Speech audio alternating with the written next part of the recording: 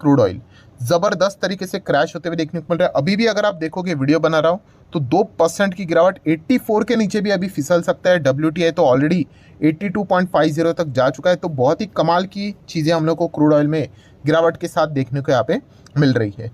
सो crude oil जब भी यहाँ पे फिसलता है, आप सभी लोगों को पता है, एक बहुत ही इंपॉर्टेंट रॉ मटेरियल है। रॉ मटेरियल मतलब कच्चा माल। तो इस चीज़ के चलते जो भी कंपनियां इनका ये जो रॉ मटेरियल यहाँ पे खरीदती है, ठीक है, एंड इसको प्रोसेस करके एंड फिनिश गुड्स बना देती है, तो उनको तो ये फ़ायदा यहाँ पे होगा ही होगा। ऑब्वियसली उनके पास भंडार ज़रूर रहता है, स्टोरेज ज़रूर होता है, ठीक है, इन्वेंट्री होती है, बट स्टिल जो इन्वेंट्री खत्म होगी उसका रिप्लेसमेंट भी इसी दाम के हिसाब से हम लोग को होते हुए देखने को मिल जाता है। तो इसका फ़ायदा 3 सेक्टर्स को आप मोटा मोटी चाहो तो स्टडी कर सकते हो। वैसे तो और भी सेक्टर है। सबसे पहले तो शुरुआत करेंगे बेसिक सेक्टर, कौन सा? Paint sector. Yes, paint sector को इस चीज़ का बहुत अच्छा खासा फायदा मिलता है। अभी पेंट सेक्टर के किंग कौन से, मुझे बताने की ज़रूरत नहीं है। डिस्क्लेमर क्लियर देना चाहूँगा, ये कंपनियां मेरे पास भी है, ठीक है, कोई रिकमेंडेशन है, खरीदना है नहीं खरीदना है, बेचना है, एवरेज कर रहे हैं, वो आपकी मर्जी। तो दोस्तों पहली कंपनी है एशियन पेंट। यस, इसको इस खबर का अच्छा खासा फायदा मिलेगा। मैंने इसके ऊपर डिटेल वीडियो भी बनाया था, जब भी बीच में क्रूड एकदम रॉकेट की तरह बढ़कर $97 प्रति बैरल चला गया था, ठीक है। आपको याद भी होगा कि बहुत सारे लोग डर रहे थे सर अगर ये 100 गया तो मैंने वीडियो बना के आपको बताया था भाई, क्रूड एक बार $150 प्रति बैरल तक भी गया था, ठीक है। 2008 का आप चार्ट पैटर्न देख लेना, मैंने उसमें भी चार्ट पैटर्न दिखाया था। तो क्या एशियन पेंट बर्बाद हो गई? आप चेक कर लेना मैक्सिमम चार्ट पैटर्न, नहीं बर्बाद हुआ ना। आज स्टॉक यहाँ पे है कि नहीं, मतलब अगर आप चेक करोगे, थोड़ा सा मैं इसको एडजस्ट कर लेता, ठीक है। हाँ, गिरावट ज़रूर हुई थी, बट आज किधर है कंपनी? इधर है। क्यों? क्योंकि एक्सटर्नल इशू है। अगर क्रूड कल अगर कितना भी महंगा हो जाए, मान लीजिए चलो 200 पकड़ लो, $200 पकड़ लो, तो डेफिनेटली इन कंपनीज के लिए नेगेटिव खबर होगी। बट ये एशियन पेंट का घर का मामला थोड़ी है। अगर एशियन पेंट के लिए महंगा है तो नेरोलैक के लिए भी महंगा हो जाएगा, बर्जर पेंट के लिए भी महंगा हो जाएगा, बाकी कंपनीज के लिए भी महंगा हो जाएगा। तो टेम्पररी बेसिस के हिसाब से उन कंपनीज को दिक्कत ज़रूर होगी, बट लॉन्ग टर्म में इन कंपनीज को फ़ायदा ही होता है, ठीक है। ये फ़र्क हम लोग को समझ में आना चाहिए। अगर आपको बिजनेस समझ में आता है तो इन चीज़ों का नेगेटिव इम्पैक्ट आपके ऊपर होगा नहीं। तो एशियन पेंट से रिलेटेड ऑलरेडी गुणगान में बहुत बार गा चुका हूँ। 3 लाख करोड़ का मार्केट कैप है, ब्लू चिप कंपनी है, 5 साल में डबल के हिसाब से विचार कर सकते हो। फंडामेंटली स्ट्रांग है, अपने सेगमेंट में नंबर 1 पोजीशन पे काम करता है। P&L बैलेंस शीट अभी देख देख कर हम थक चुके हैं।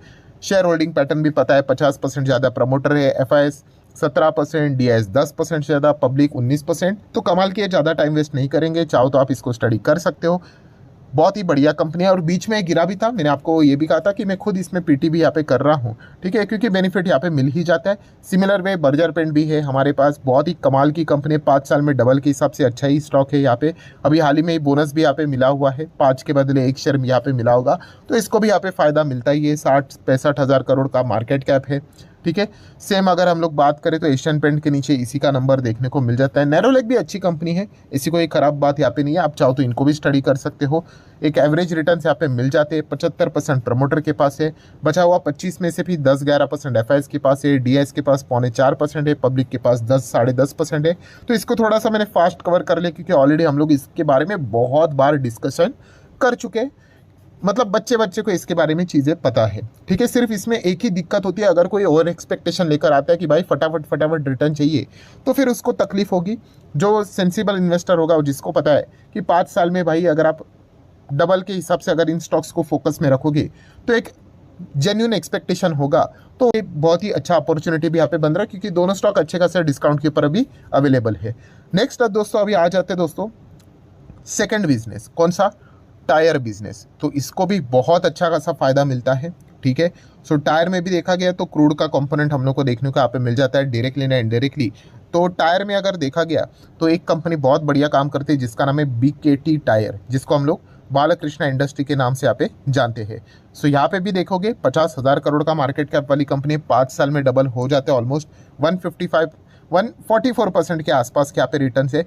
ये कोई गारंटी होती है क्या 5 साल में डबल? अरे कुछ भी नहीं, होने के लिए 5 साल में 200 भी हो जाए, 500% भी मिले, या फिर 5 साल में -40 भी हो जाए, कुछ भी हो सकता है, शेयर मार्केट है दोस्तों, ठीक है। बट एक एवरेज परफॉर्मेंस के हिसाब से हम लोग बात करते हैं। सो BKT की अगर बात करें, ये भी कमाल की कंपनी। हाँ, इसमें भी थोड़ा यूरोप इसके चलते थोड़ा यूरोप में डिस्टर्बेंस हो रहा है, इसके चलते भी ये थोड़ा सा हम लोग को बोरिंग टाइप चलते हुए देखने को मिल रहा है। आप देख सकते हैं कंसोलिडेशन लंबा फेज यहाँ पे हो चुका है, बट ओवरऑल देखा गया दोस्तों बिजनेस ऐसा ही चलता है, कभी मक्खन की तरह सारी चीज़ें तो स्मूथली तो चलेगी नहीं।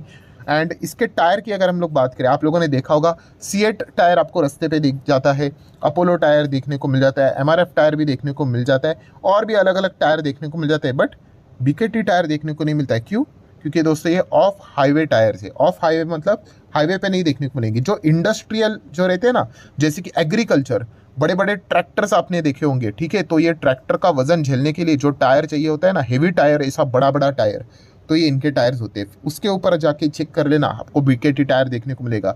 या फिर कंस्ट्रक्शन सेक्टर की बात करें, एकदम हेवी इक्विपमेंट्स होते हैं दोस्तों, एकदम टन्स में उनका वजन रहता है गाड़ियों का, तो वो झेलना आना चाहिए। अब ये छोटा टायर उसका लगा देगा, इतना बड़ा इंडस्ट्रियल इक्विपमेंट, वो तो फूट जाएगा।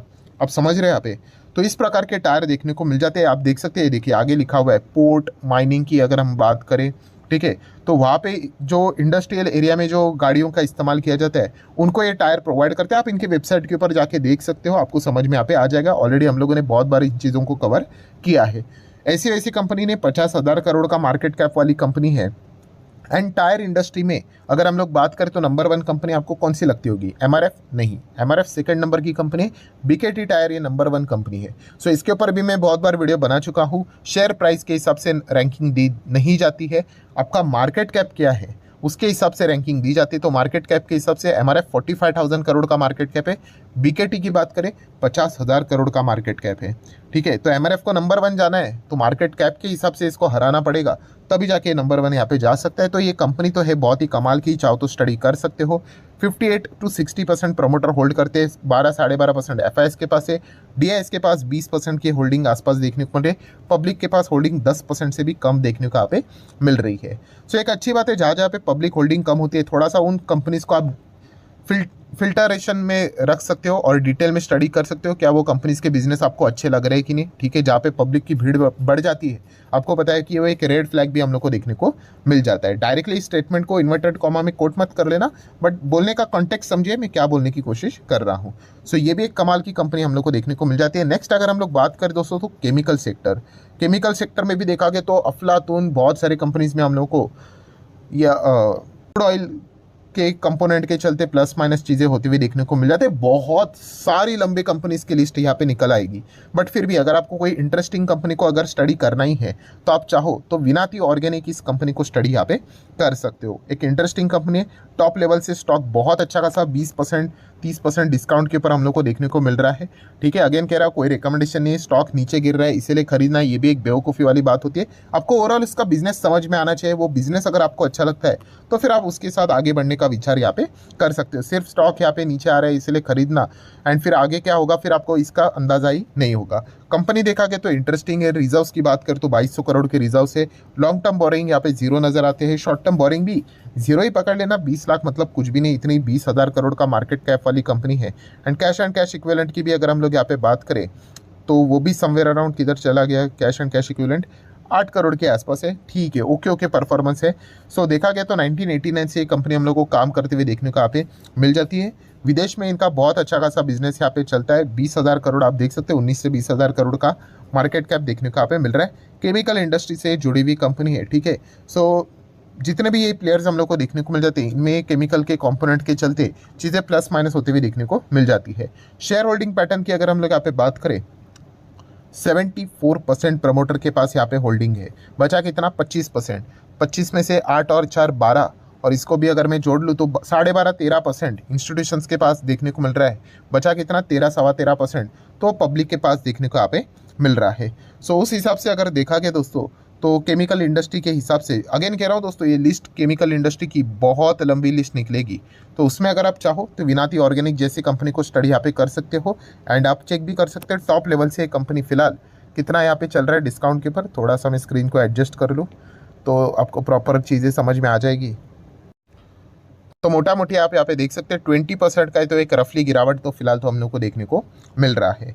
तो डेफिनेटली ये कंपनी रिस्की टाइप की, रिस्की मतलब क्या है, 20,000 करोड़ का मार्केट कैप है, तो वोलेटिलिटी हम लोग को बहुत अच्छी खासी देखने को मिलेगी। 20, 30, 40% यहाँ पे एक मिड कैप में गिरावट होना, करेक्शन होना कोई बहुत बड़ी बात यहाँ पे होती नहीं है। बट क्रूड को एक कंपोनेंट के चलते आप चाहो तो इस कंपनी को भी क्या कर सकते हो, अपने रडार के ऊपर यहाँ पे रख सकते हो। अगेन कहना चाहूँगा जाते आते इस वीडियो को क्लोज, ये कोई एक कंपनी ने इस सेगमेंट में, इसके जितने भी कॉम्पिटिटर है उनको भी इस चीज़ का अच्छा खासा फायदा जरूर मिलेगा। आप चाहो तो एयरलाइन कंपनीज को भी स्टडी कर सकते हो, ठीक है। बट एयरलाइन का बिजनेस आपको पता ही है कि थोड़ा सा नरम टाइप का बिजनेस है, एंड वहाँ पे तो सिर्फ इंडिगो ही हम लोग को फिलहाल तो देखने को मिल जाती है। बट येस, वहाँ पे भी जो एयर फ्यूल जो रहता है यहाँ पे, ठीक है, जेट फ्यूल का इस्तेमाल किया जाता है, उसमें भी क्रूड का कंपोनेंट होता है, तो वो नीचे आने के चलते उनको भी एक थोड़ा सा बेनिफिट मिल जाता है।